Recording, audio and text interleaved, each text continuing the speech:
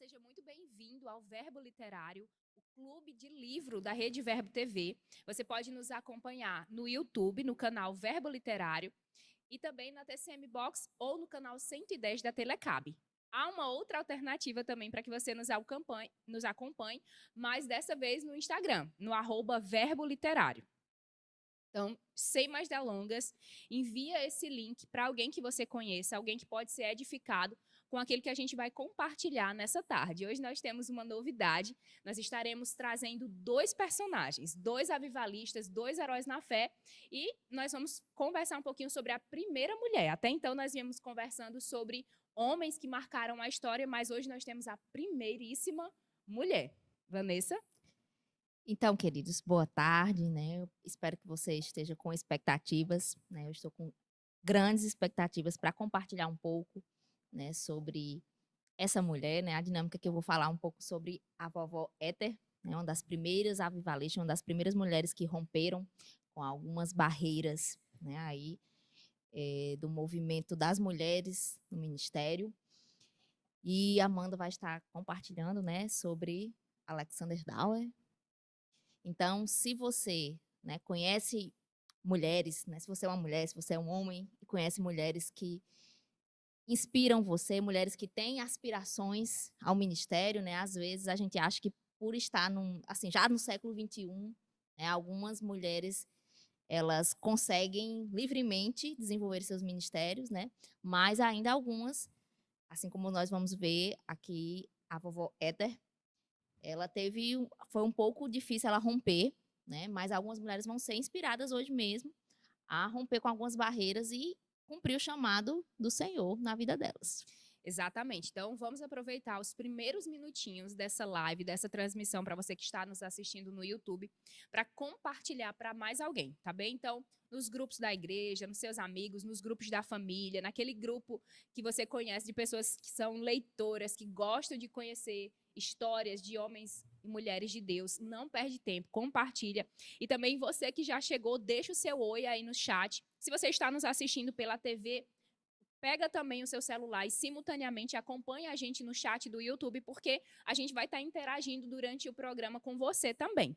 Então, lendo seus comentários, né? Eu lembro que no programa passado, houve uma pessoa, eu acho que ela já foi influenciada para ler o livro, que ela esteve compartilhando fatos que nem nós lembrávamos, né? Então, ela esteve ali colaborando com o programa. Então, não perde tempo, já deixa o seu oi no chat e compartilha com mais alguém que você conhecer. E sem mais delongas, vamos para o início do nosso programa.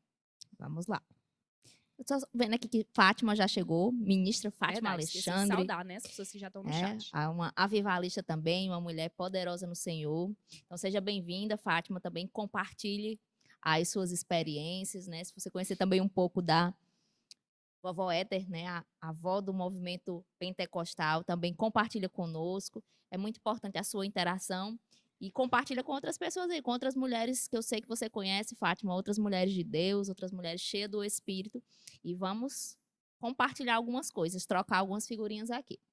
Exatamente. Então, como já foi falado, hoje nós vamos falar sobre 2 personagens. Eu vou falar sobre John Alexander Dowie e Vanessa vai falar sobre a vovó Éter. E por que nós trouxemos esses 2 personagens juntos? Até então nós trazíamos um de cada vez, porque nós estamos trazendo 2 personagens ao mesmo tempo.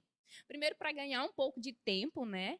E depois, porque esse homem e essa mulher de Deus, a história deles acabam se entrelaçando na linha do tempo, né? Então, nós vamos ver que houveram algumas questões entre eles e, além disso, né, além dessas questões que houveram entre eles, os 2 tinham ministérios, né, chamados da parte do Senhor de certa forma semelhante.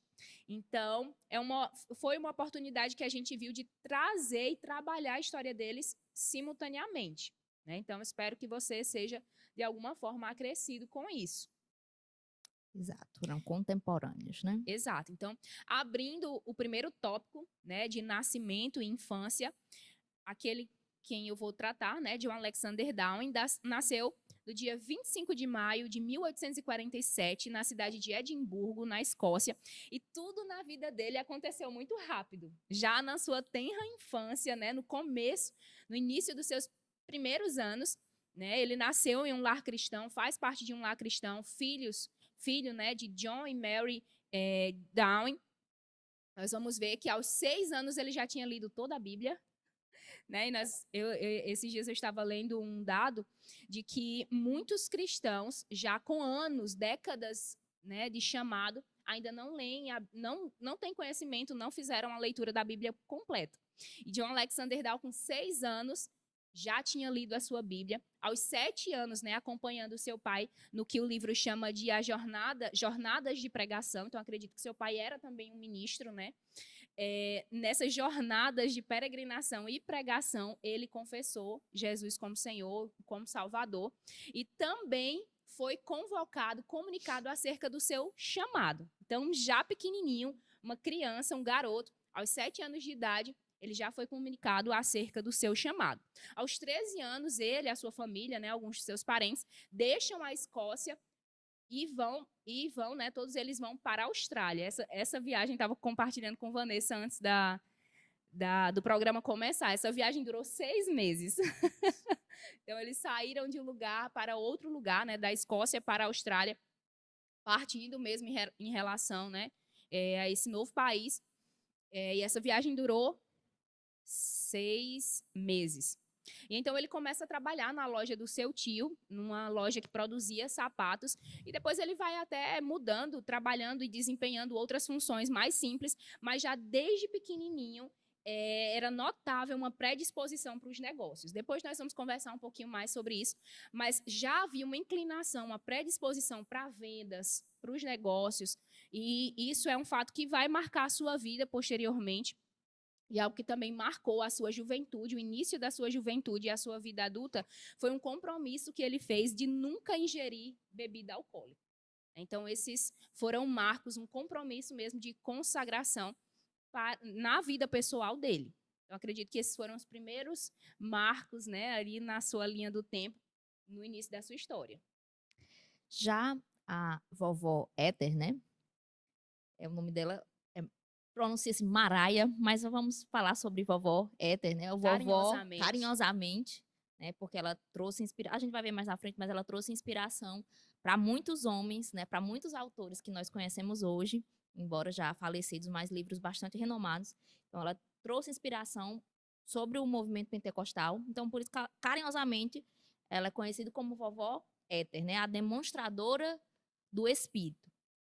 De forma, né, distinta, diferentemente de Alexander Down, né, tem poucos relatos, poucos detalhes sobre o início da vida dela, né? O autor, né, ele traz que do livro Generais, né? Se você está assistindo pela primeira vez, nós estamos vendo aqui o livro Generais de Deus eu sempre esqueço como é Robert Liardon. Robert Liardon, muitos nomes em inglês. Você vai aprender inglês também. Existem outros livros que falam, né, mas a gente está com os Generais de Deus. Ele traz poucos relatos, né, da sua infância, eu acredito mesmo pela história, né? No final do livro, se você lê do capítulo, se você lê ou você lê posteriormente, você vai ver que a história dela foi resgatada muitas décadas depois por um tetraneto. Então, provavelmente, alguns desses detalhes tenham se perdido, né, ao longo do tempo. Mas ela nasceu no ano de 1844, né? Aos 13 anos, ela conheceu o Senhor, ela nasceu de novo. Não tem relatos da sua família, né? O pouco que fala sobre a sua família não traz detalhes, né? Se eles eram tementes a Deus, se eles ensinavam. Os poucos detalhes que traz, né, da família da vovó Éter, é que o seu pai faleceu e por conta desse acontecimento na família dela, né, ela teve que abortar os planos de estudar. Né? A gente vê que ela, desde que nasceu de novo, a semelhança do Alexander, né? Ela tinha essa convicção, ela recebeu, né, uma profecia de que ela faria grandes coisas para o Senhor. Ela tinha essa convicção de que tinha um chamado no Senhor, mas existia a barreira, né, aí do fato dela ser uma mulher. E nesse tempo não existiam mulheres pregadoras, né? As mulheres tinham mais um ministério bastidor, né? de bastidor, né? De auxiliar de uma forma muito sem aparecer. Né? Então, ela não via a possibilidade de cumprir esse chamado, né? A menos que casasse com um missionário, através de um casamento com alguém, né, que também tivesse um chamado, ela pudesse cumprir o chamado dela. Mas nesse inteirinho, né, nesse tempo, não houve como cumprir esse chamado, ela não viu a possibilidade de cumprir esse chamado e decidiu estudar, né? Mas precisou abortar o plano dos estudos por conta dessa fatalidade. Ela teve que retornar à sua família, né, para consolar os seus. E depois dessa fatalidade, né, de seu pai falecer,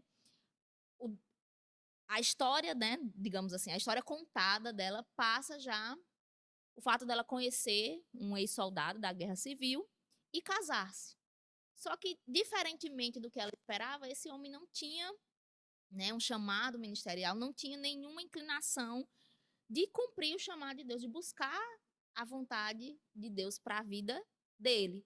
Então, esses alguns primeiros anos aí, né, da sua juventude, ela viveu como sendo uma esposa, né? Teve 6 filhos e passou vários anos dedicando-se às atividades domésticas, né, juntamente com seu esposo, que voltou da guerra por conta de um acidente.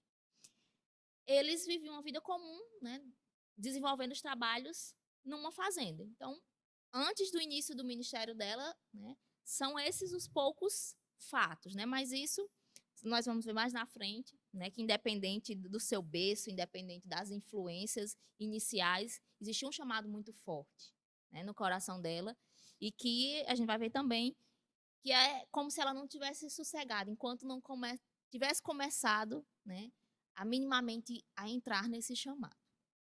Exato, é bem interessante porque essa proposta do Clube do Livro, a gente vai lendo o livro vai lendo Vai a lendo a gente. gente, né? A gente vai colaborando mesmo com o autor e construindo um conhecimento.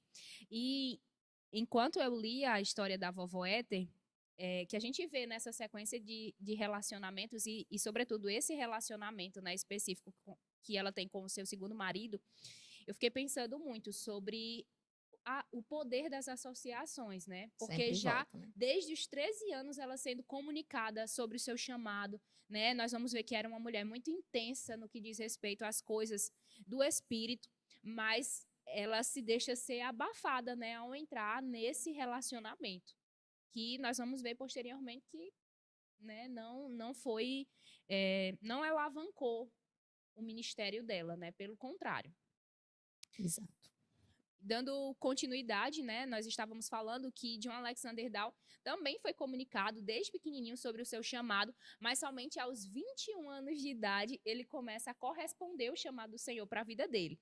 E então ele contrata um professor para passar para ele algumas lições, né, e para ser também uma boa associação na vida dele no que diz respeito a um amadurecimento ministerial.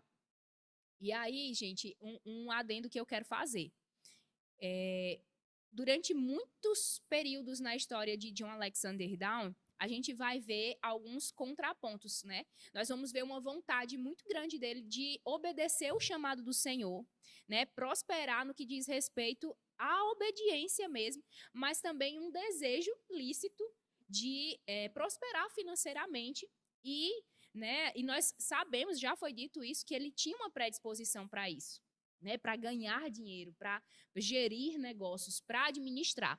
E durante toda a história dele, né, enquanto o autor do livro Generais de Deus vai testemunhando, nós vamos ver que muitas vezes ele fica em dúvida sobre como gerir essas questões, né? Nós vamos ver que muitas vezes na vida dele houveram momentos baixos mesmo, né, em que financeiramente eles passaram por algumas pressões, alguns apertos, e também outros momentos em que ele estava muito bem, por causa da relevância ministerial, né, que ele tinha, e na verdade sempre foi também um trabalhador, então existia um certo, assim, desequilíbrio nas finanças, e muitas vezes ele dava um stop no seu ministério para poder se dedicar, né, para poder ir mesmo por outras vias, né, de obter lucro. Então, acho que é importante esse adendo, né, para a gente ir se situando. Então, aos 21 anos, ele corresponde o chamado do Senhor, contrata esse professor, volta, né, da Austrália para Edimburgo, para a universidade.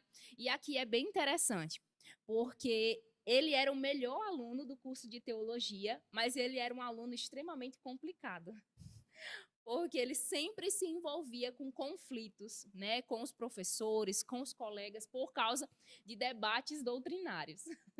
O autor retrata, né, que ele tinha uma precisão doutrinária muito forte e também muito firme.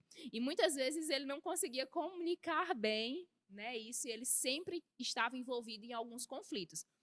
No quesito de notas, né, de desempenho, era o melhor aluno, mas no que diz respeito a relacionamentos, ele ficava devendo. E então, né, nesse contexto de academia, de universidade, ele começa a ocupar o posto de capelão honorário do hospital da cidade, de Edimburgo.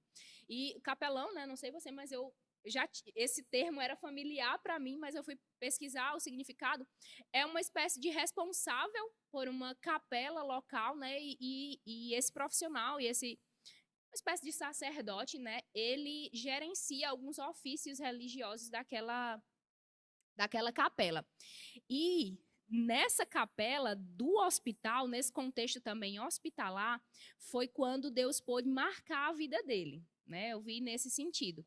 Ele estando no bastidor dos hospitais, ele via como os médicos, né, na frente dos pacientes, os médicos sempre tinham uma solução, sempre tinham um medicamento, sempre tinham algo para oferecer, mas por trás ele via que os médicos estavam inseguros quanto aos procedimentos, que eles não sabiam o que fazer, que eles não sabiam de fato qual medicamento usar. E aquilo, né, a forma como é retratada no livro, é que aquilo marcou ele profundamente. E ele ficou assustado, né? O livro também vai dizer que ele tinha uma certa, depois, né, desenvolveu uma certa aversão com remédios, né, medicamentos e procedimentos cirúrgicos, porque ele via aquele bastidor. Vale ressaltar também, né, nós estamos falando aqui do final do século XIX, então nós não temos uma medicina avançada. Então imagine mesmo, né, os bastidores de uma medicina ali, né, do trato mesmo hospitalar, precário, e ele vendo tudo isso. Né? Então, isso marcou a vida dele. Você quer fazer algum adendo sobre isso ou posso dar continuidade? Pode dar continuidade. E então, nós vamos ver, né, John Alexander Down, ele ficou conhecido como o apóstolo da cura. Então, ele tinha um ministério voltado para ministrar cura às pessoas. E aí, né, nesse conflito, é bem interessante, né, aquele livro que nós lemos também, que eu espero do fundo do meu coração que a gente traga ele para conversar, o Desígnio, sim, de Mike Murdock, né? Que ele fala que aquilo que nos deixa indignado pode ser uma das molas propulsores para o nosso chamado, o nosso ministério.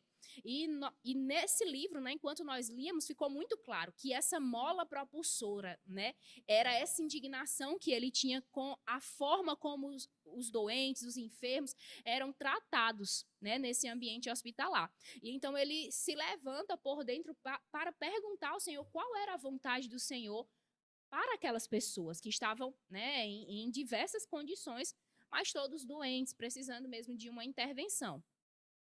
Nós vamos ver depois, né, com o passar do tempo, né, ele aceitou um convite para pastorear uma igreja na Austrália, mas os seus sermões eram muito incômodos. Né, as pessoas não recebiam mesmo os sermões dele. Nós vamos ver que ele tem para mim que ele tinha um temperamento colérico. Então, assim, além dele ter uma mensagem, uma mensagem mesmo, né, com um tom mais exortativo, indo contra pecados morais, né, indo contra condutas erradas das pessoas, dos cristãos, dos fiéis, né, além dessa mensagem que às vezes já não é tão bem recebida, ele ainda tinha um temperamento muito forte, né, então que colaborava para que as pessoas não recebessem. E ele, isso aconteceu com essa primeira congregação, ele abandonou o pastoreado dessa congregação por causa dessa falta de aceitação e começou a liderar, a pastorear uma congregação menor. E nessa congregação menor, ele também sofreu, né, algum tipo de oposição por parte das pessoas, dos religiosos, mas ele conseguiu fazer alguns ajustes no seu próprio ministério e no seu próprio temperamento. E uma das coisas bem interessantes, né, que ele, durante esses momentos de oração, durante esses momentos de ler a palavra, de dedicação, porque como era uma congregação menor, ele conseguia se dedicar mais, né, à sua vida pessoal com o Senhor. E nesses momentos foi crescendo uma intensidade maior por descobrir o seu chamado.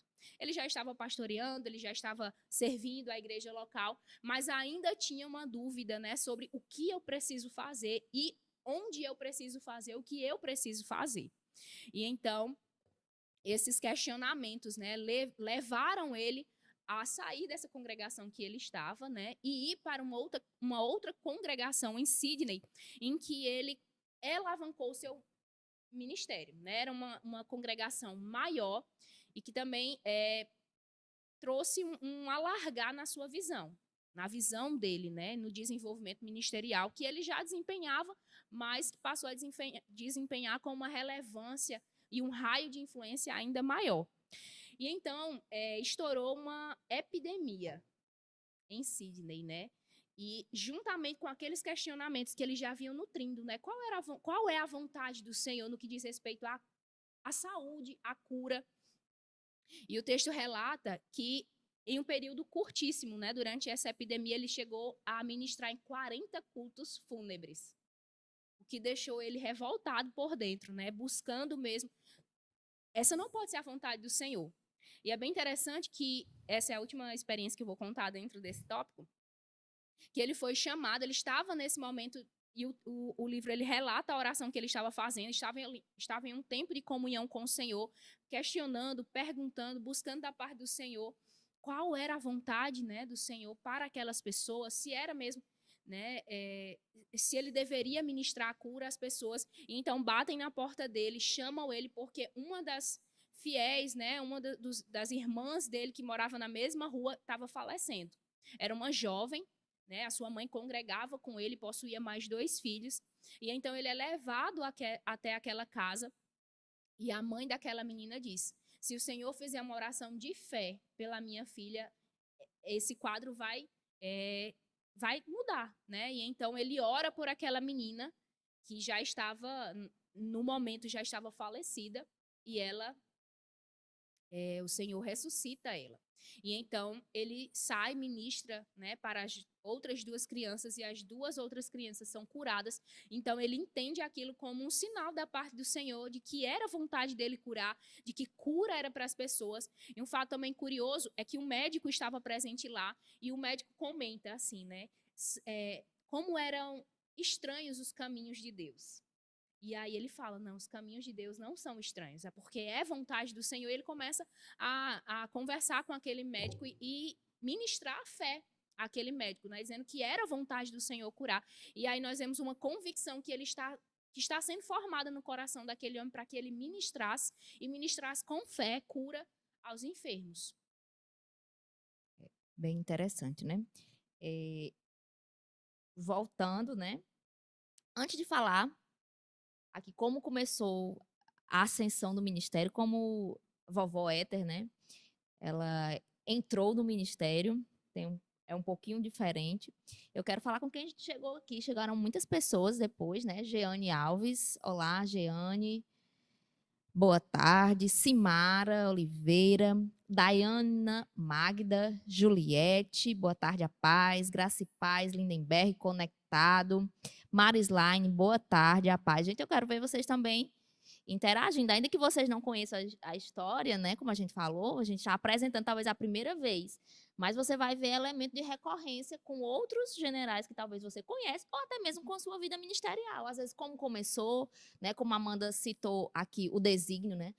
Você pode, sem nenhum problema, né? Compartilhar a sua experiência, o que é que lhe traz indignação, o que é que arde no seu coração, a gente está compartilhando não só para conhecer essas pessoas, mas para acender essa chama também nos nossos corações.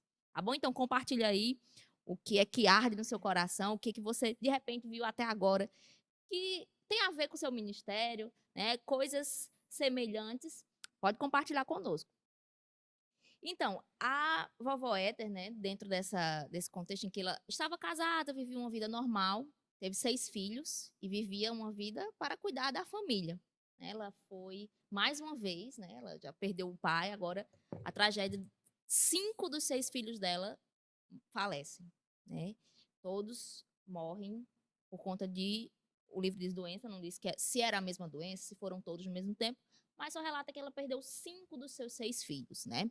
Então, não sou mãe, mas também não sou mãe de pet, né?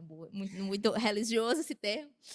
Mas eu imagino, né? Quando a gente perde um bichinho, já sente, imagine filho. E imagine 5 dos seus 6 filhos. Então, ela foi assolada aí com essa fatalidade, né? E nesse contexto, né, fala que o esposo dela nunca se recuperou dessa perda, mas, ao contrário, ela começou a buscar mais a Deus, né? Não houve revolta, não houve nenhum tipo de ressentimento contra Deus, né? Existem os dois tipos de pessoas. Uma catástrofe atinge minha vida. Existem aqueles que se apegam ainda mais, buscando refúgio, né? Socorro. E existem aqueles que se rebelam, né? No caso dela, tudo começou, né, por conta dessa dor intensa, sobre essa fatalidade que aconteceu na vida dela. Então, ela não viu outra alternativa além de buscar o Senhor. E nessa busca, né, que cada vez mais foi intensa, isso reacendeu, né, o chamado dela. E buscando ao Senhor e a palavra, né, ela viu lá em Joel a passagem que fala que o Espírito, a profecia, né, que o Espírito de Deus caiu sobre homens e mulheres. Então isso já começou a acender uma chama no coração dela. Então quer dizer que o Espírito de Deus, existe um chamado, existe algo sobre as mulheres também. Então ela continuou, né, buscando a Deus, buscando a palavra, né, até que ela teve uma visão. Eu quero ler exatamente como ele está falando, porque é bem interessante. A visão que ela teve foi o seguinte: anjos vieram ao seu quarto e levaram-a para o oeste, sobre planícies, lagos, florestas, rios, onde ela viu um vasto campo de trigo. À medida que a visão se descortinava, ela começou a pregar e via grãos de trigo que caíam como feixes. Então, enquanto pregava, Jesus lhe dizia: assim como os grãos caíram, pessoas cairão durante a sua pregação. Finalmente, Maria percebeu que jamais seria feliz se não atendesse ao chamado. Então, a gente vai ver que essa visão, né, algo que o Senhor apontou, ao longo do relato, a gente vê que ela não entendeu exatamente o que significava aquilo, mas as pessoas falam: eu nunca vi Jesus, né? Nunca tive nenhuma visão, nenhum tipo de visão, né? Não é aula do Remo, mas existe vários tipos de visão, aberta, né? Enfim. Mas as pessoas relatam que quem tem uma visão com Jesus nunca mais é a mesma pessoa, né? Então ela teve uma espécie de sonho e Jesus falou com ela nesse sonho. Então, ela foi impactada, por mais que ela não entendesse o que significava isso, né? Nós vamos ver que ao longo do ministério dela foi uma das coisas que mais marcou, né? A demonstração do Espírito que mais marcou, digamos, uma inovação, né? Da demonstração do Espírito. E uma das coisas que ela também foi mais criticada e mais perseguida, né? Que as pessoas caíam debaixo do poder. E se você está lendo o livro ou depois você entrar em contato com esse conteúdo, né, escrito, ou alguém fala, outras pessoas falando, comumente ele fala sobre o transe, né, que acontecia nas reuniões dela. Pessoas caíam debaixo do poder de Deus, né, que hoje é comum, muitas vezes sem ela impor as mãos, né, que a gente, se você está nesse meio de contexto de igreja, você sabe o que é isso. Mas pessoas caíam durante a ministração da palavra, né, às vezes ela estava ministrando, às vezes ela só erguia as mãos e pessoas caíam, né? E como era algo novo, era dado o nome de transe. As pessoas caíam em transe. E foi assim que aconteceu. A primeira ministração, né, quando ela se dispôs a começar a cumprir o chamado, mesmo sem saber como, né? Ela disse: o que é que eu vou falar? Eu não sei o que falar, mas ela obedeceu, né? Ela foi debaixo do sim, né, que o Senhor estava esperando.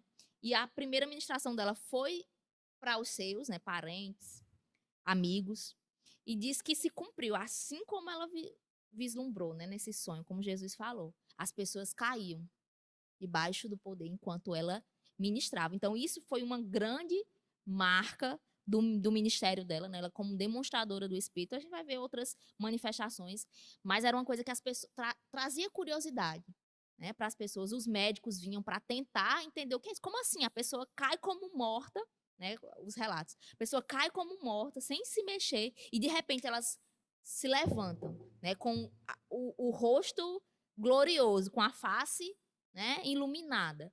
E durante aquele tempo, debaixo do poder, essas pessoas eram convencidas, né? Algumas pessoas eram curadas, várias coisas se manifestavam através da vida dela nesse tempo. Então, a gente vê que só depois, mais ou menos, mais na frente, mas já vou adiantar, né?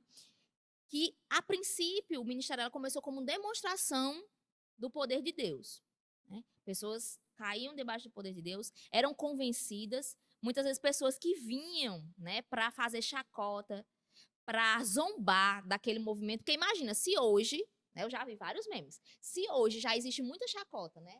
Assim, muita oposição, muita brincadeira, muito meme sobre algumas manifestações do espírito, imagine alguns, no final do século XIX, né? Isso. Que isso não era, não, nunca tinha acontecido, né? E Pelo uma menos não tinha sido mulher relatado. E uma ministrando, mulher né? ministrando. Então, a princípio era o que mais acontecia, as pessoas eram cheias do espírito, né? E eram convencidas, existia um arrependimento genuíno, as pessoas ficavam desesperadas, né? Algumas tinham uma conversão ali muito impactante. Mas a parte do ministério de cura, né, aconteceu um pouco depois, né? Até a história dela fala que ela ficou um pouco relutante, né? Ela não tinha essa visão, ela não tinha essa pretensão, né? Mas o Senhor, novamente, como ela era uma mulher guiada pelo Espírito, né? Ela tinha muita, dá para ver pela história dela que ela tinha muita humildade, muita obediência para seguir o fluxo do Espírito. Ela se rendeu, né? E fala que ela começou a estudar sobre cura divina. E só tempos depois, né? Tempos depois de demonstração do Espírito sobre a vida dela, né, o relato fala que após essa primeira ministração, várias congregações, vários pastores começaram a convidar, né? Convidá-la para ministrar. Porque por mais que fosse uma mulher, né? Independente do que fosse a barreira social, era a demonstração do poder de Deus. E isso é inegável. Os frutos, o resultado da demonstração do poder de Deus é uma coisa que não tem como argumentar. E a gente vê vários relatos de pessoas, de médicos, né? Ela foi também mais à frente. Uma das coisas que sempre tem nos generais é a perseguição, né? Geralmente eles são presos, eles são processados, perseguidos. Mas policiais, né? Tudo que foi levantado nessas perseguições só foi o meio pelo qual o Senhor propagou ainda mais. Porque as pessoas sempre relatavam o poder que tinha na reunião dessa mulher. Que as pessoas saíam de uma forma diferente. Então, o poder de Deus, e é bem interessante que uma outra postura dela, que eu acredito que tem muito a ver com a consciência do poder, é que ela mal se defendia. Né? Nós vamos ver aqui uma treta, né? Um termo popular, uma treta aqui entre Vovó Éter e Alexander Dow, né? E diz que ela nunca, somente se defendeu uma vez, né? Em relação a ele, mas vários ministros, assim como tinha muitas pessoas adeptas, né? E que queriam experimentar desse poder, tinham muitos perseguidores, inclusive líderes religiosos. Então, por ter essa consciência do poder de Deus, do resultado do poder, ela quase não se defendia. Ela disse que a vida dela não era para se defender, mas era para pregar a Cristo, né, e manifestar o poder de Deus. Então, contra o poder de Deus não tem argumento. Né? Contra frutos não há fatos. Não é à toa que ela é conhecida como a mãe do pentecostalismo. Do pentecostalismo, né? Muitas manifestações. Eu lembro que quando eu li a história dela, né, o que me marcou assim, a semelhança de Smith também, era como ela conseguia não somente usufruir da presença do Senhor, né, por meio da consciência, mas introduzir outras pessoas também, né, no mover, introduzir outras pessoas na administração do Espírito, né, e eu achei isso fantástico, né. Então, dando continuidade, né, John Alexander Dowen, houve um evento polêmico na sua vida, que foi o seu casamento. Ele se casou com uma das suas primas, né? O livro conta que ele se percebeu apaixonado por uma das suas primas, que se chamava Jenny, com quem teve 3 filhos. E no começo isso não foi nada bem aceito, né? Todos os familiares houve uma oposição para esse casamento, mas depois eles acabaram casando. O livro também conta que nos primeiros anos do seu casamento, eles entraram em uma crise financeira e ele precisou ir morar com os sogros, né? Com os sogros, então isso ficou também alimentando esse conflito, essa crise, né? E aí nós vamos ver que depois, né, eles conseguiram sair dessa crise, se reestruturar novamente, e então ele dá um outro passo importante no que diz respeito ao ministério. Ele alugou o auditório de um dos maiores teatros de Sydney, né, e começou um ministério independente. Saiu da congregação que ele estava servindo e pastoreando e começou um ministério independente nesse teatro. E para que ele conseguisse, né, iniciar esse ministério e suprir as necessidades, né, dele, ele vendeu todos os seus bens, carros, casas, e há uma fala bem interessante dele sobre isso. Diz assim: meus belos móveis e quadros se foram, mas em seu lugar vieram homens e mulheres trazidos aos pés de Jesus por intermédio da venda desses meus bens terrenos. E aí, uma outra polêmica, né, envolvida no seu ministério foi a questão dele ter sido introduzido à política, né? Isso marcou mesmo o seu ministério. Havia um movimento na sua época chamado Movimento pela Abstinência, e esse movimento convidou ele, né, que já fazia parte, já era integrante, ele foi convidado mesmo para disputar, se candidatar ao parlamento. Tem alguém comentando no chat, Não, tô só vendo aqui. Uma convidada ilustre. Eita, Jesus! Olha só quem entrou agora. Já vi que entrou Juliette, Lindenberg, Marislaine, Socorro Nogueira. Essa eu conheço muito bem, a minha mãe. Amanda Souza e a convidada, né, a espectadora, a cadeira cativa, como diz nosso pastor hoje, Isa Loyola. Sejam bem-vindos, gente. Então, né, ele se candidatou ao parlamento e ele sofreu uma derrota, né, porque nós já conversamos, ele estava sofrendo várias oposições, né, por parte de policiais, por parte principalmente dos jornalistas da época, né, que se opunham ao ministério dele, por parte dos médicos, por parte da indústria de bebidas alcoólicas, né, qual esse movimento era contra essa prática. Então, assim, ele ainda não tinha essa proeminência, né, enquanto político, e além disso, houveram vários investimentos por parte desse grupo de pessoas para que não vingasse, né, a sua carreira política. E, na verdade, nós vamos ver que ele não havia sido chamado para isso. O chamado dele era para um ministério de proclamação do evangelho e um ministério de cura, para ministrar cura às pessoas. E ele enveredou, né, nessa carreira política cedendo a algumas pressões, né? E aí ele foi derrotado, né, nas eleições, mas em 1880 ele se arrependeu desse posicionamento e voltou a pregar o evangelho. Então, eu sou uma pessoa bem visual, né? Acho que eu até já comentei sobre isso no programa passado, mas é como se a história dele tivesse retalhos. Em um retalho, em um momento, né? Se você imaginar a linha do tempo, em um momento ele está aqui, ministério, cura, vou ministrar cura às pessoas, vou proclamar o evangelho, as boas novas. Em outra ele está assim, eu preciso ganhar dinheiro.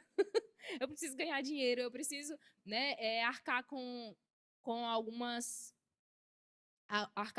compromissos e tal, né, financeiros. E aí, outro fato também que o livro fala é que ele tinha sérios problemas no que diz respeito ao descanso, à negligência, né?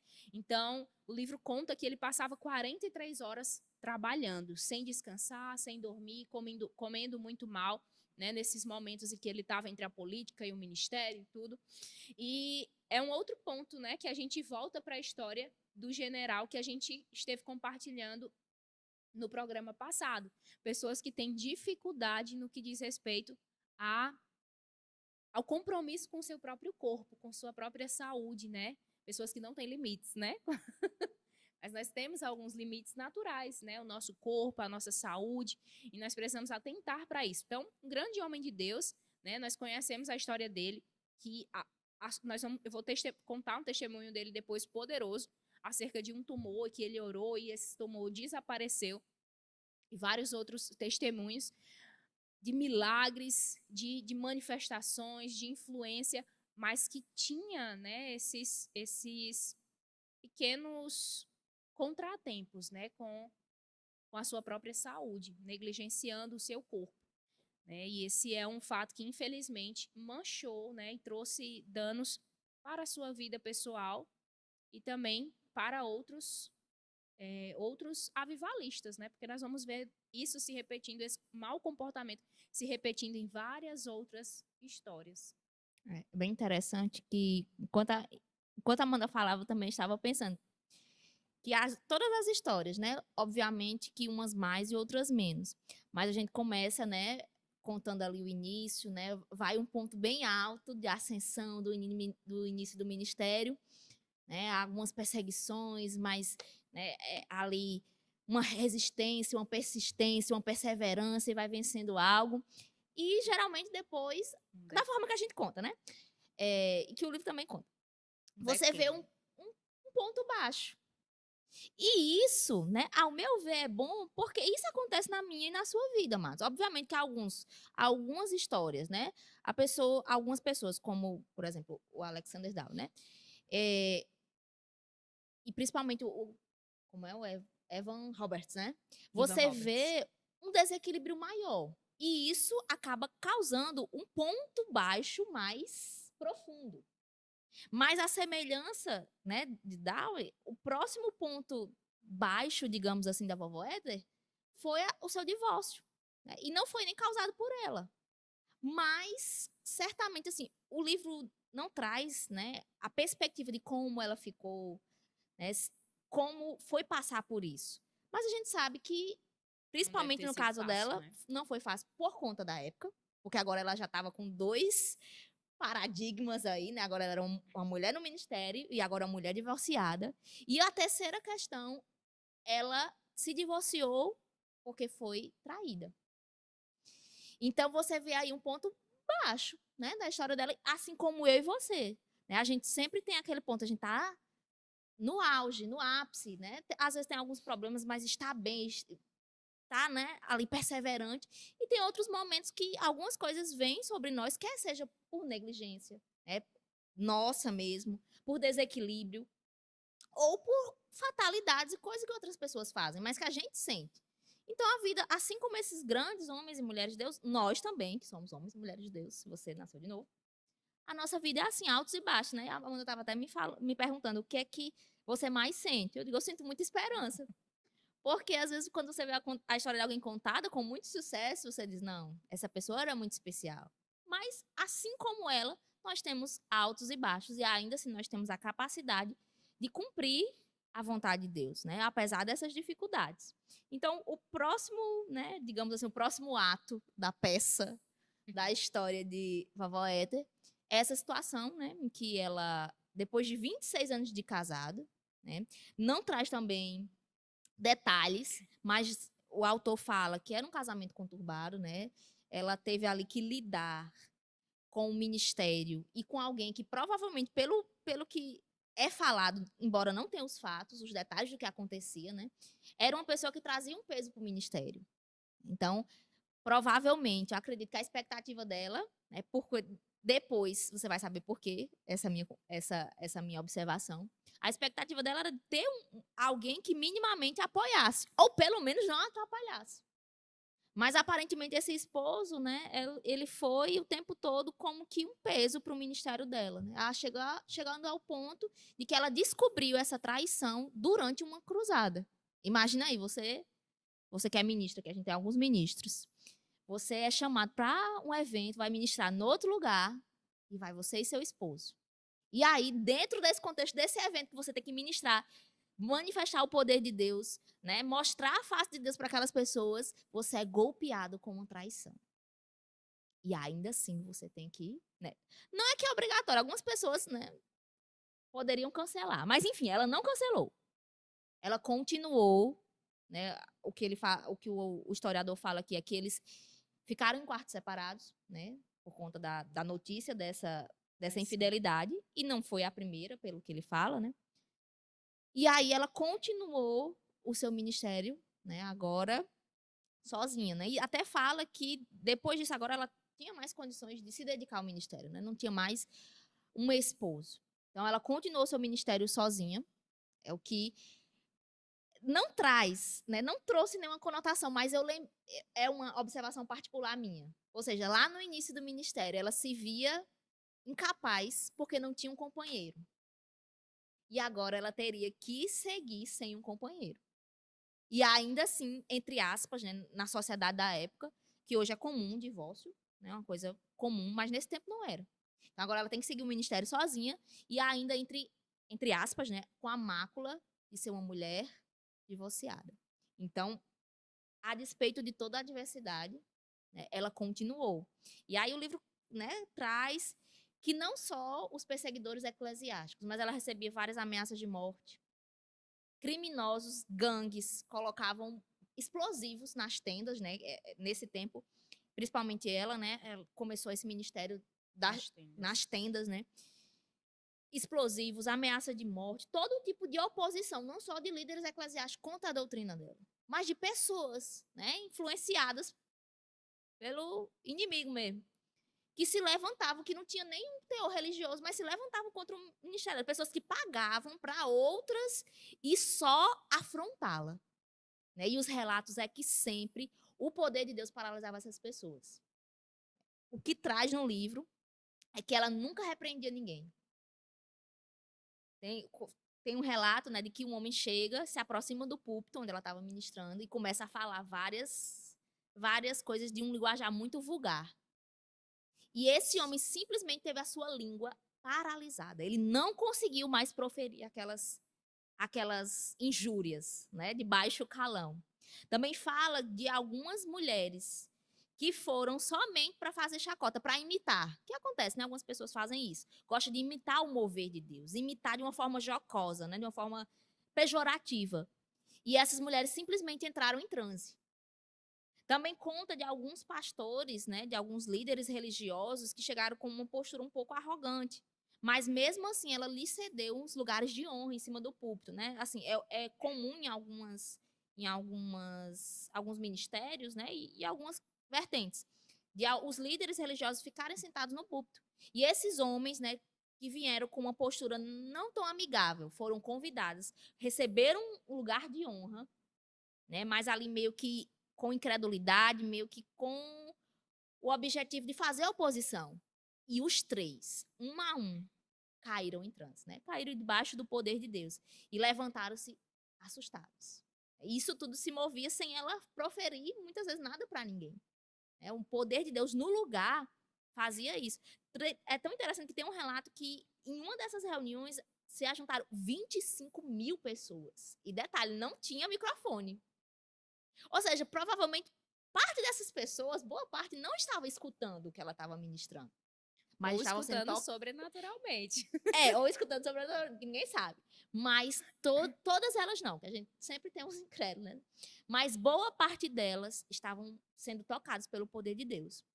Então é uma mulher, né, em que realmente você via a demonstração do poder de Deus, né? Com muita humildade, a gente vai ver mais na frente, né, como ela era guiada pelo Espírito. Algumas pessoas não entendiam, até mesmo a própria congregação, não entendiam por que algumas coisas aconteciam, porque ela permitia acontecer algumas coisas, mas depois todos viam, né, comprovavam pelos resultados que ali era uma inspiração do Espírito, ou para fazer, ou mesmo para permitir que algumas manifestações acontecessem. E depois, né, agora um ponto, a gente vai por baixo, para lá. Ela passou alguns anos, né, aí sozinha no ministério. Obviamente, né, o livro fala que ela tinha algumas boas amizades ministeriais, que é muito importante. Nós vemos que alguns dos homens que tiveram algumas dificuldades, né, que caíram ou que sofreram alguns danos, muitos deles ou tiveram associações erradas ou se isolaram, né? A semelhança, ela teve um ministério bastante saudável, teve essa questão do divórcio, mas assim, sai do controle dela, né? Ela tinha boas amizades e 10 anos depois do divórcio aparece, né, o que o livro chama, e que ela falava que era o presente de Deus, né? Que foi um homem um homem, um varão valoroso que chegou na vida dela, né? E que promoveu o ministério dela. E não só promoveu o ministério dela, mas como também cuidou bastante dela por alguns anos, né? Que depois o esposo dela, né? Também veio a falecer. Mas enquanto em vida, ele promoveu o ministério dela, né? Apoiou, porque não é fácil, amados. A gente não sabe o que é sofrer perseguição. Às vezes alguém ofende a gente, fala meio assim, a gente já se sente. Imagine você ser perseguido, ameaçado de morte, Preso. dizerem que você é filha do Satã, que Dowie, né?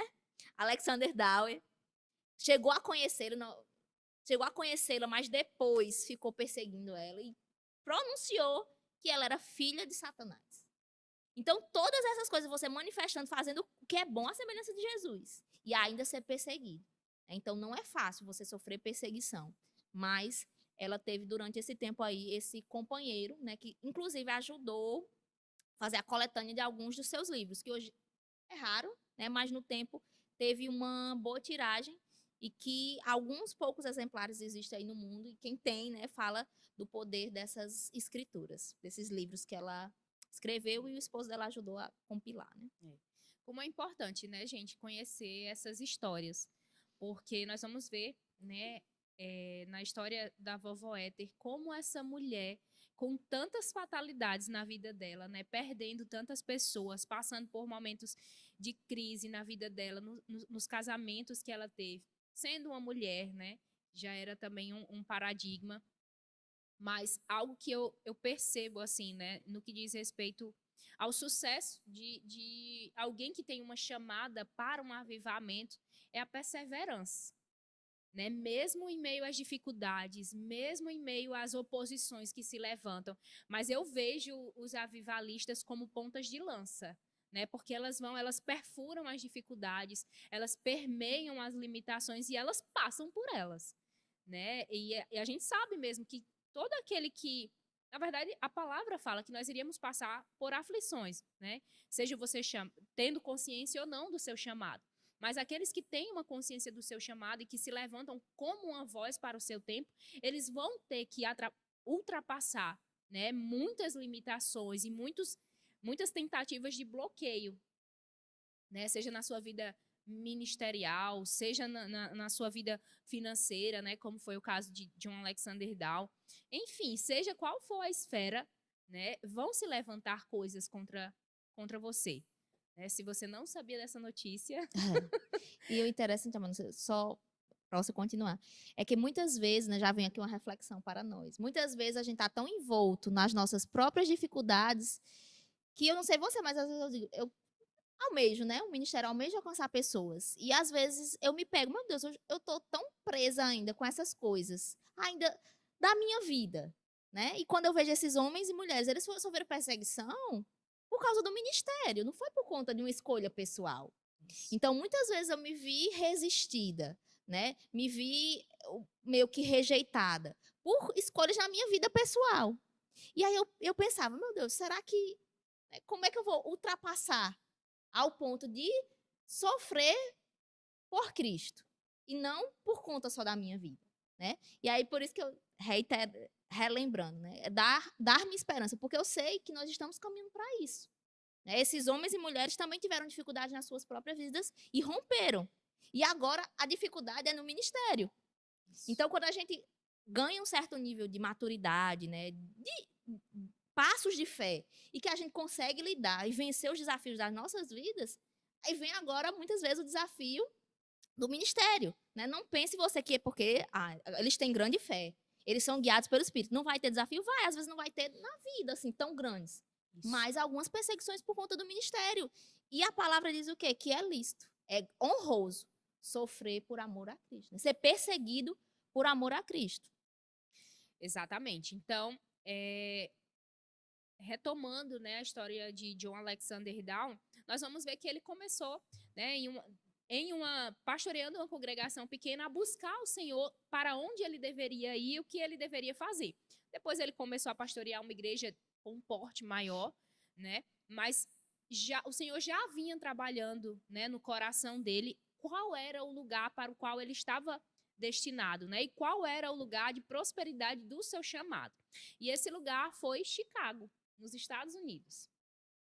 E aí ele mudou-se para os Estados Unidos, né, para Chicago, e ele fez uma prova, né, como alguns dos nossos irmãos falam acerca, né, de algumas comunicações do Espírito Santo. Não vamos entrar aqui em questões doutrinárias, mas ele pediu um sinal a Deus, e o sinal era para que Deus testificasse que aquele era o lugar, né, de eficácia, de maior eficácia do seu chamado. Depois nós vamos falar que foi em Chicago também, né, e ali nos Estados Unidos, que ele conheceu a vovó Éter. Daqui a pouco a gente chega lá. Mas, então, deixe-me retomar onde eu estava, né? Esse sinal que ele pediu a Deus foi que, na verdade, foi uma manifestação, né? Uma moça chegou a ele com e já é um testemunho também, com um caroço do tamanho de um coco, né? E ao ministrar a cura àquela mulher, esse caroço desapareceu e ela foi plenamente curada. Então ele entendeu isso como um sinal verde da parte de Deus para enraizar a sua residência e também o seu ministério em Chicago. E nós vamos ver que ele depois desenvolveu, né, e teve mesmo algumas cruzadas ali nos Estados Unidos, mas a sua base era em Chicago. Gente, eu tô tossindo um pouquinho, porque já tá chegando no fim do programa e a minha garganta... Ele tem que falar bem rápido para terminar. Exatamente. Deixe-me ver aqui. Assim também como a vovó Éter, John Alexander Down tinha encontros, né, que aconteciam em tendas. Esse era um costume da época dos evangelistas, dos avivalistas, né, eles se reuniam em tendas. E John Alexander Down começou a se reunir em uma tenda, e essa tenda ele começou a chamar ela de Tabernáculo de Sião. Um outro ponto que aconteceu posteriormente, né, eu acho que eu vou segurar esse dado, porque foi um outro dado, né, também uma outra parte da sua história que foi um pouco polêmica, mas vamos deixar lá. Então, nessas tendas, né, no tabernáculo de Sião, existiam muitas manifestações, milagres como esse, né, do desaparecimento de tumores, da cura de câncer e muitas outras manifestações e milagres.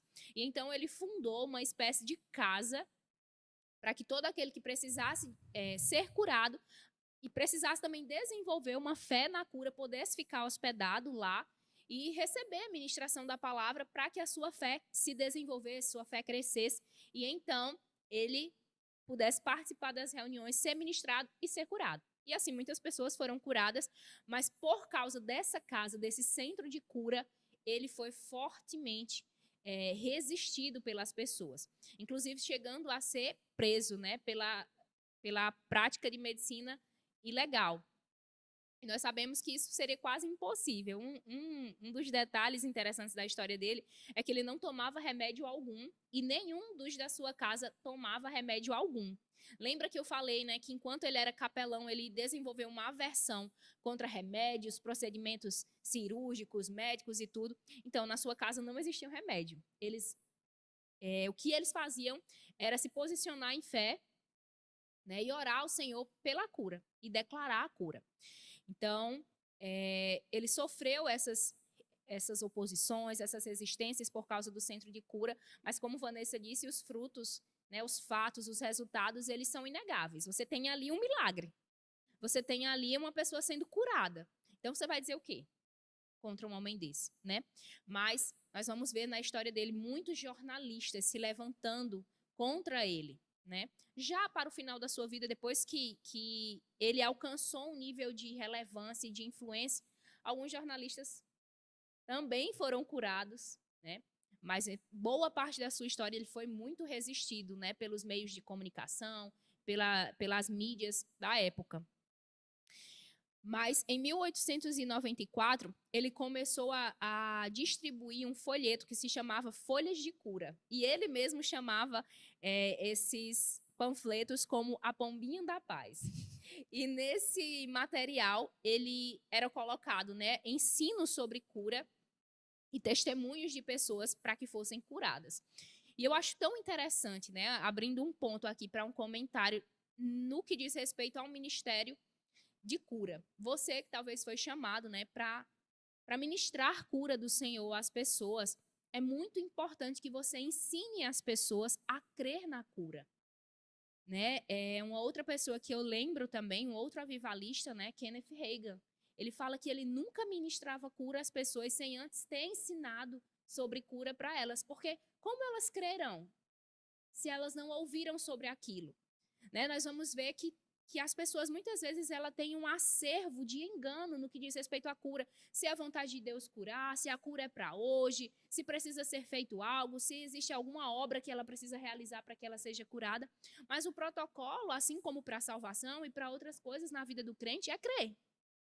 Né? Então, ao ministrar a palavra, ao ministrar a vontade de Deus, a fé das pessoas iam crescendo. Por isso, tão interessante também o centro de cura. Elas passavam alguns dias, né, ali submetidas, submersas no ensino da cura, para então receber, né, como a semente daquele milagre cair num solo fértil, então poder desabrochar. Então, essas folhas de cura, né, esse folheto com ensino, com testemunho, foi um grande sucesso para a época. E assim como a vovó Éter, né, sendo ali uma visionária, uma precursora, ele foi precursor nesse sentido. E algo bem interessante também é que ele profetizou acerca da invenção do rádio e da TV, como nós conhecemos hoje em dia. Diz aí, uma pessoa há anos atrás, décadas atrás, por inspiração, né, viu e profetizou acerca disso. Um outro fato também, ele esteve reunido com o presidente, né, no momento dos Estados Unidos, ele teve uma reunião rápida com o presidente William McKinley. E, se você sabe, né, da história, esse presidente, ele foi... Assassinado. Então, me sumiu a palavra agora. Ele foi assassinado, Atentado, né? Sofreu um atentado mesmo e sofreu alguns tiros, mas nessa reunião anterior que ele teve com John Alexander Dowie, comunicou aos seus, né, a equipe daquele presidente que eles deveriam ficar atentos em relação à vida deles, porque ele temia pela vida do presidente. E, de fato, infelizmente, né, posteriormente, alguns dias depois, o presidente sofreu esse atentado. Então, nós vemos um homem se movendo, tanto no ministério da cura, como também um ministério profético, né? No que diz respeito aos dons de revelação. E aí, voltando para o suspense que a gente tinha feito no começo, é aqui também, né, quando ele se muda para Chicago, quando ele começa algumas cruzadas nos Estados Unidos, que as histórias dele se entrelaçam, né? A história de John Alexander Dowie com a vovó Éter. Eles são apresentados por quê? Né? Ambos tinham um ministério para cura, ministravam cura para as pessoas. Os seus ministérios também, os cultos, né, aconteciam em tendas. Então, haviam algumas semelhanças. Mas o ponto, a questão é que eles não se davam bem, não se deram bem. Engraçado que no começo do programa, a Vanessa me perguntou, você vai ficar do lado de quem? Eu vou ficar do lado da vovó Éter. E eu disse assim, pior que eu também fico do lado dela, né? Porque, ao contrário de John Alexander Dowie, a vovó Éter teve uma postura, né, de aceitabilidade, aberta para conversar com ele, né, aberta para talvez construir um relacionamento com ele, mas ele se mostrou fechado em relação a ela, né, depois até insultando ela aí, né, em termos gospels, não tão gospels assim, né, e esse também foi um detalhe da sua personalidade que mostra um pouco o seu temperamento e, infelizmente, algumas motivações do seu coração. Ele não entendia o fato como as manifestações de Deus operavam na vida da vovó Éter, porque eu falo assim como se você fosse a vovó Éter, né? Representante legal. Representante ele não espiritual. entendia, ele achava aquilo muito estranho, mas ao invés de ter uma conversa sincera, genuína, né, corajosa com ela, ele se absteu de conhecer ela, né, de estabelecer um laço mesmo, um relacionamento com ela, e ainda falava mal dela, né? Então, bem complicado. E um fato que o autor coloca no livro que eu fiquei assim pensando, refletindo sobre isso, é que ele não tinha uma rede de apoio, ele não tinha, em nenhum momento o livro fala sobre supervisores, líderes, amigos, né? Nós vemos que ele casou com essa prima, mas ele não tinha pessoas, né? E o livro fala que ele só conversava, só se aconselhava com pessoas acerca de assuntos superficiais, né? Então, como isso é perigoso? Não estabelecer vínculos, não estabelecer relacionamentos, né? Nós sabemos, acredito que foi na história de Evan Roberts, que o autor do livro Generais de Deus, ele fala, um avivamento não pode ser feito por um homem só, por um ministro só, por um pastor só, por uma liderança só. Um avivamento, ele começa no nosso coração, mas também simultaneamente no coração de outras pessoas, porque é o Espírito Santo que está gerando aquilo. E aquilo é construído, né? Aquilo em cooperação, pessoas em cooperação começam a construir a deixar o Senhor construir aquele avivamento. Mas ele achava que ele sozinho dava conta, Grande né? E erro, né? fechou mesmo seu coração contra vovó Éter. É interessante que corrobora, né, com que Berg falou, que Berg Fernandes, né? Viemos aqui para que se cumpra o propósito de Deus, né? Então, se eles, né, esses grandes homens e mulheres de Deus, ou se nós, né, ganhamos notoriedade, somos usados no poder de Deus, de coisas miraculosas, coisas extraordinárias, tudo é para cumprir a vontade de Deus nesse lugar, né? Ele continuou, né? Logo somos ferramentas que passam por processos, por isso temos altos e baixos, mas somos conscientes que temos Deus nos guiando. Marislaine também falou, né? Muito bom saber, não pelo fato dos erros, mas que são pessoas reais, né? Como nós, que puderam, diante de tudo, ainda ser usados por Deus. Paulo Eduardo falou que graça e paz, boa tarde, Paulo. Berg também falou na casa dele estavam fortemente a fé, a oração e a autoridade. Eu acredito que no momento em que a Amanda estava falando que não existe, que eles não tomavam medicações, né? Nem se submetiam a procedimento cirúrgico, né? Então era uma pessoa, um homem, né, que tinha muita revelação da oração, da autoridade das escrituras, né? E aí, posso continuar? Então, algumas de forma contrária, né, o contraponto aí em relação a Alexander Dow, né? Nós vemos na história de Vovó Éter algumas pessoas que ela influenciou, né? Tem o E.W. Kenyon, que é um autor de vários livros, né? Que se você está no nosso meio você conhece, que é a Identificação, tem, acredito que 2 tipos de amor. Então tem vários livros, né? Que eles são utilizados em escolas bíblicas, né? E inspirou o próprio Kenneth Hagin, a doutrina do E.W. Kenyon. Também o F.F. Bosworth, né? Que tem um livro poderosíssimo, que é Cristo aquele que cura. Então, esses grandes homens de Deus, né, que tem depois a gente vai falar deles, que é no outro livro dos generais, mas eles promoveram, ainda novo, né, vovó Eta já tinha um certo amadurecimento ministerial, já tinha vários anos de ministério, mas eles foram um suporte, né, e foram influenciados por vovó Éter, né? E é bem interessante que uma coisa particular, que eu achei bem peculiar. Vovó Eta, ela foi uma das primeiras precursoras aí das manifestações do Espírito um pouco, né, diferenciadas. Mas a semelhança de Down, que estranhou, né, a forma como o Espírito Santo ministrava, né, se movia nas reuniões dela, fala, né, aqui fala de uma outra mulher, uma outra avivalista, que a gente vai falar dela depois, que é a Aimee McPherson, que tinha muita vontade de conhecer, né, e conheceu a vovó Éter, que também, né, fazendo aqui o paralelo para resumir, que também teve a inspiração, né, na verdade ela recebeu o convite, teve a inspiração de fazer um edifício, né, um tabernáculo. E lá, ela também já foi ficando mais idosa, né? Lá as pessoas vinham até ela. Então ela já não tinha condições de dar conta do ministério itinerante, né? Por conta da idade. E aí foi construído esse tabernáculo e as pessoas vinham até as reuniões conhecê-la. E diz que era a Aimee, mais nova, obviamente, né? Tinha muita vontade de conhecê-la. E veio, né? E tem os relatos dela falando como foi importante conhecer a Aimee.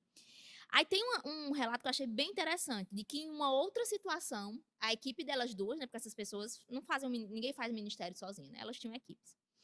Em uma outra situação, antes do encontro mesmo, né, delas duas, a equipe ministerial da vovó Éter se encontrou em uma reunião com a equipe ministerial e com a McPherson, a Amy McPherson.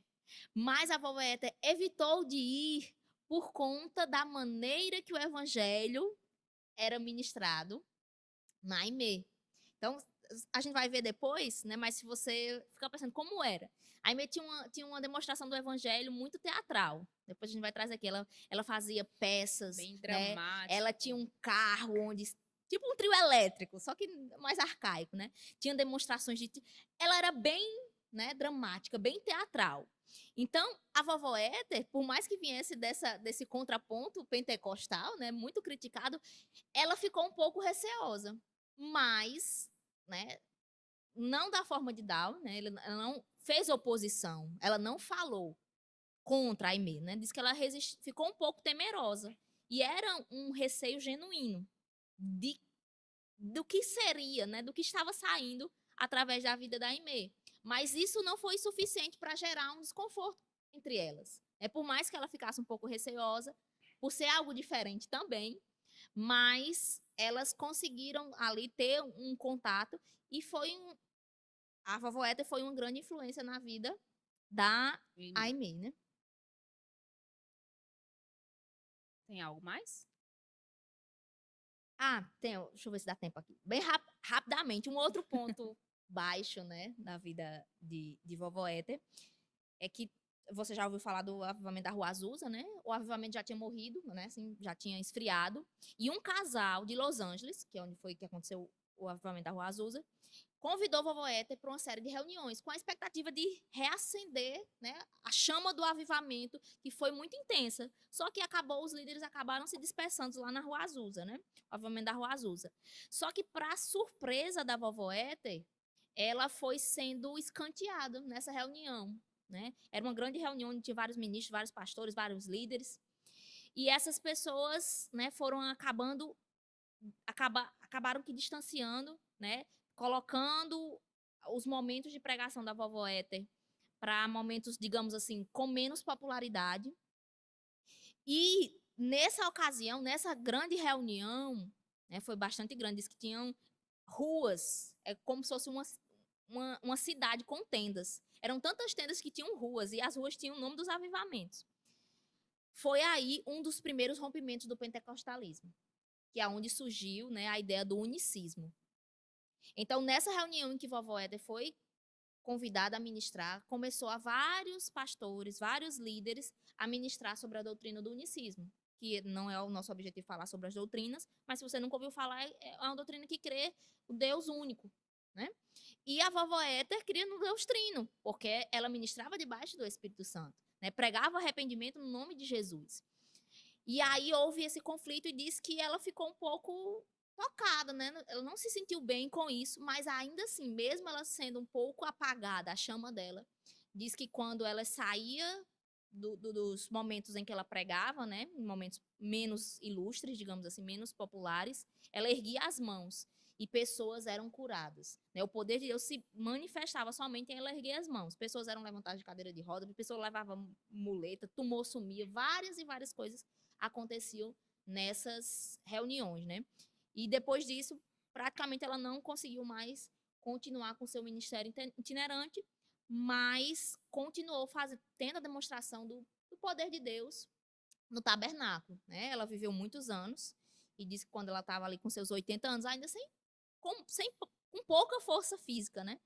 Diz que ela era erguida por homens e quando ela pisava os pés na plataforma, o poder de Deus segurava ela, né? Então, a manifestação, a presença do poder de Deus era capaz de sustentar, ainda, né? Aí na terceira idade, aí no corpo já fragilizado, mas o poder de Deus era suficiente para mantê-la, né, ali vigorosa para pregar e manifestar a vontade de Deus e a vontade do Espírito Santo naquele lugar. É isso. Então, você ouviu agora, acredito que o encerramento, né, da história de vovó Éter. E antes que eu falasse, né, o desfecho da história de John Alexander Down, eu queria que você colocasse aqui no chat dos comentários o que você aprendeu sobre a vida dessa mulher, porque é inspiradora a história dela. E certamente você aprendeu algo. Depois a gente vai, né, eu sempre gosto de no final trazer as lições que nós particularmente entendemos, né, e assimilamos da história deles, mas eu queria que você também participasse desse momento e ao final a gente vai estar lendo esses comentários. No que diz respeito a John Alexander Dowie, nós vamos entrar agora no período de maior declínio ministerial, né? Nós já abordamos a questão da entrada dele sem a direção de Deus na política, algumas saídas e tangenciamento aí, né? Saindo da rota do que Deus tinha para ele por causa das crises financeiras, mas infelizmente, né? Esse maior ponto do declínio da história dele foi esse ponto que nós vamos entrar agora.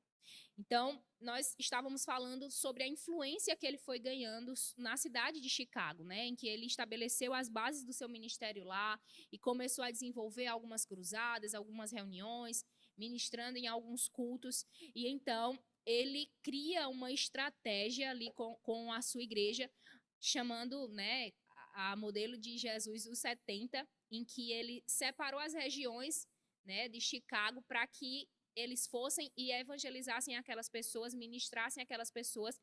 E o livro relata que antes de John Alexander Dowie não houve um homem que alcançasse toda uma cidade e depois dele, provavelmente, talvez não aconteceria da mesma forma, né? Porque John Alexander Dowie, com essa estratégia, ele conseguiu alcançar toda a cidade. E então, essa estratégia foi ok, não é sobre ela que nós estamos falando, ao ponto da sua igreja, do seu ministério crescer tanto, né, que ele precisou novamente alugar o auditório, o maior auditório da cidade, que dava para comportar mais de 6.000 pessoas, e todos esses lugares, né, em cultos eram preenchidos.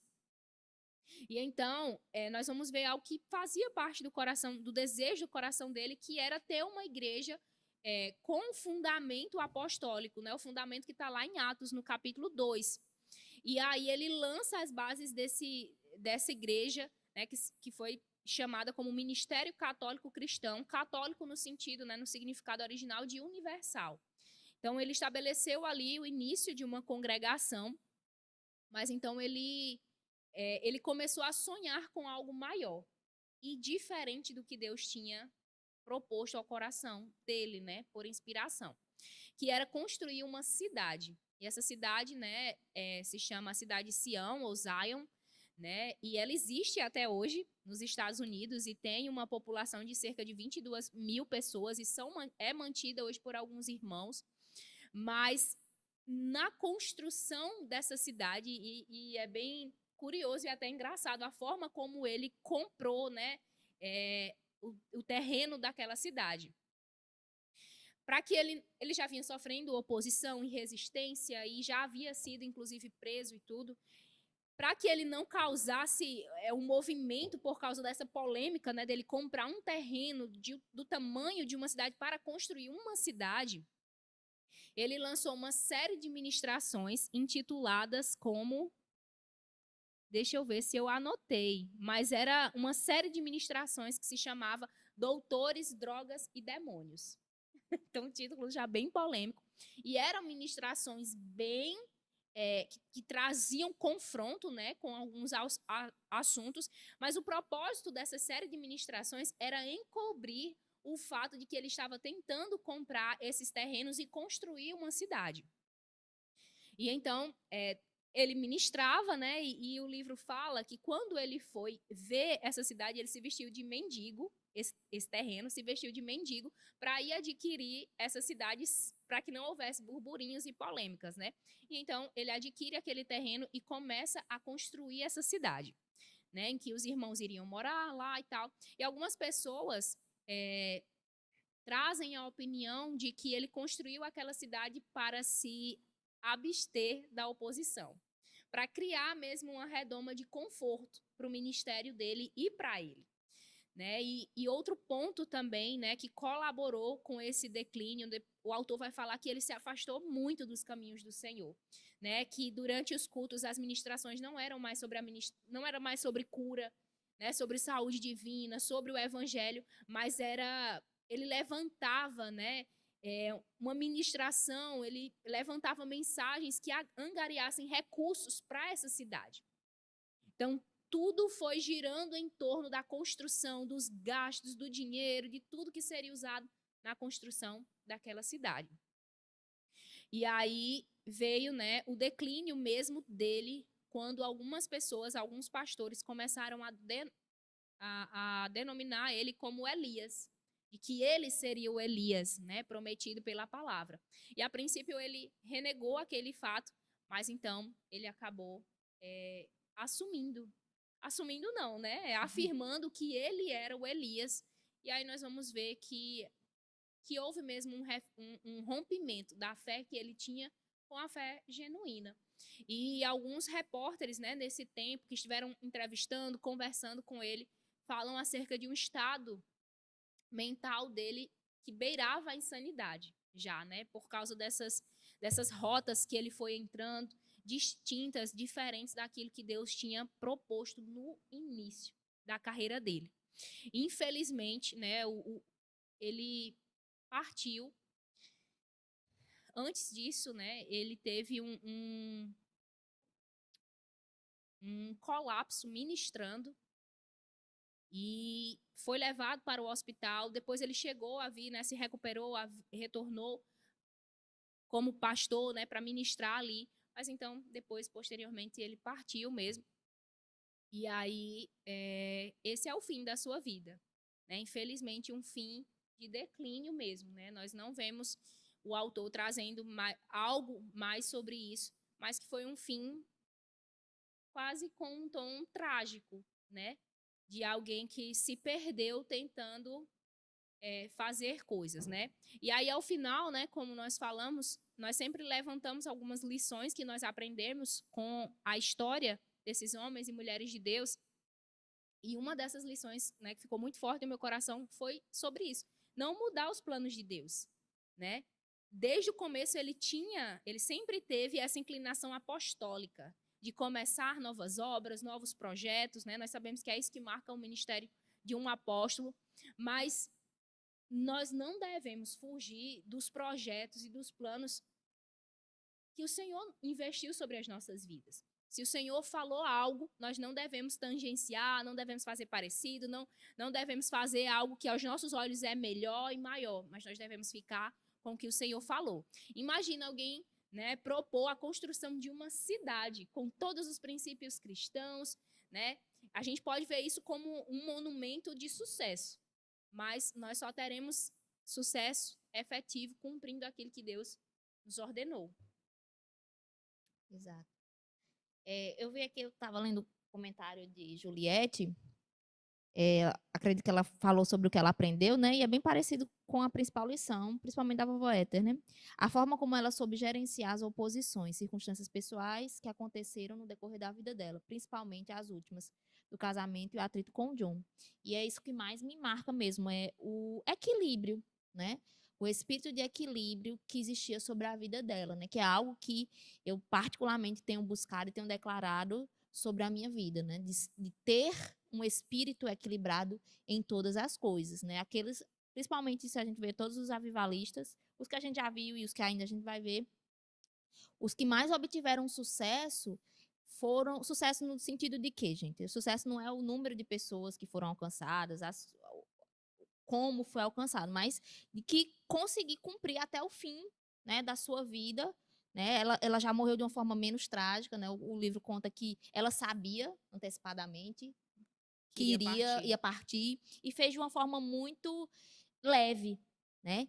Então, essas pessoas, por mais que sofram perseguições e coisas difíceis, quando a gente vive de uma forma equilibrada, a gente vive uma vida mais leve.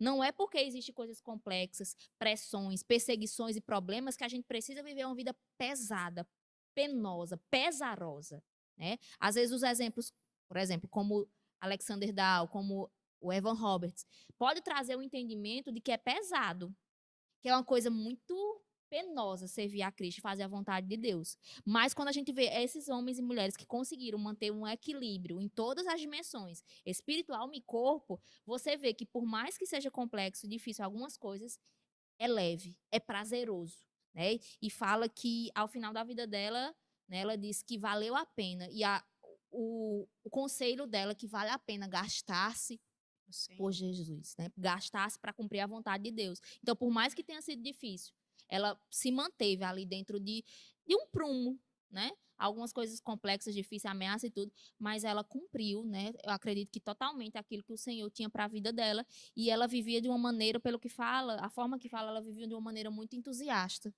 Existia prazer, né? Mesmo diante das adversidades, de servir a Cristo. Exatamente. E aí, já finalizando, já estamos partindo para o fim. Alguma outra, algo que eu também acho interessante da história de John Alexander Down, né, para ser ressaltado, não como um comportamento para ser imitado, mas algo para ser ressaltado, fugir mesmo da vaidade, né? Em muitos momentos da história de John Alexander Down, nós vamos ver uma inclinação e uma motivação vaidosa, um trato vaidoso com as outras pessoas, né? Orgulhoso mesmo, no caso mesmo do relacionamento com a vovó Éter, né? Em que ele não quis conhecer, não quis saber dela, não quis tirar suas dúvidas com ela, né? O livro fala que eles poderiam ter sido abençoados, os dois, né? Tinham ministérios semelhantes, poderiam ter usufruído de uma amizade, né? De um vínculo ali não somente ministerial, mas afetivo também, mas ele não permitiu. E algo que ele disse acerca dele mesmo, no livro está escrito assim: tornar-se um apóstolo não é uma questão de alcançar o topo, mas de tornar-se suficientemente humilde.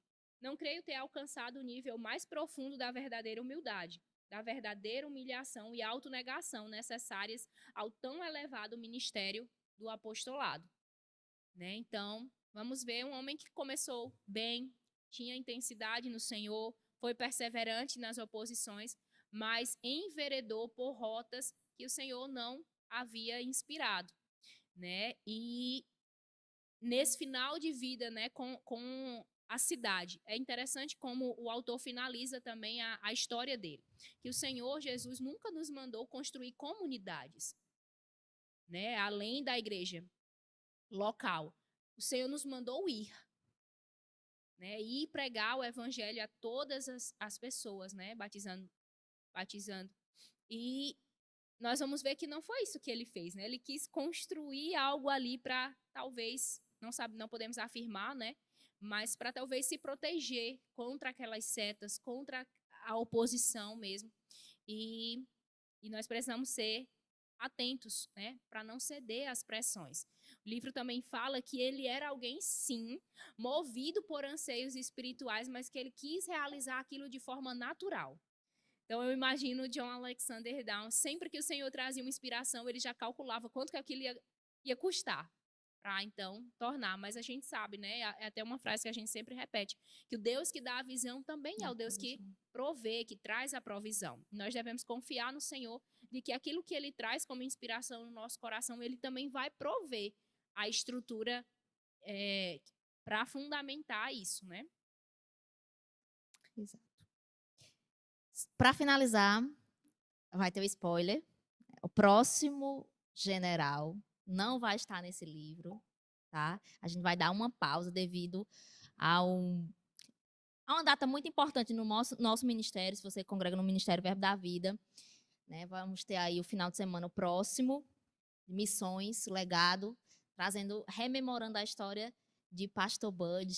Então, nós estaremos contando e falando sobre a história de Pastor Bud Wright, o fundador do ministério, exatamente, nos Nota Rema Publicações.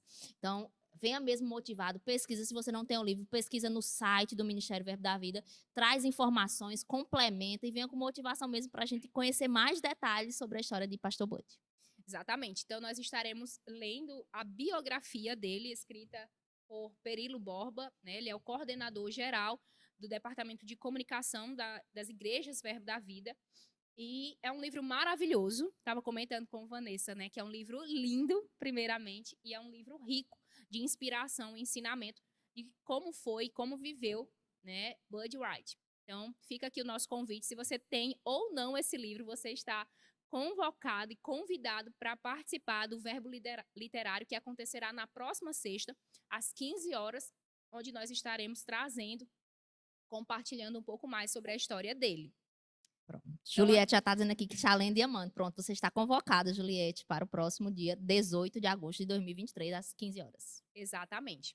Então, acredito que seja isso. Se Vanessa não tiver mais nenhuma consideração, nós estamos encerrando aqui. Nós agradecemos muito a audiência de vocês. Esperamos que com essa estratégia que nós usamos, né, de falar de dois personagens ao mesmo tempo, você possa ter aprendido ainda mais. Né? Hoje você soube da história de um homem e uma mulher de Deus, dois personagens aí dessa peça dos avivamentos. Né? E esperamos que você tenha sido inspirado para também ser um avivalista.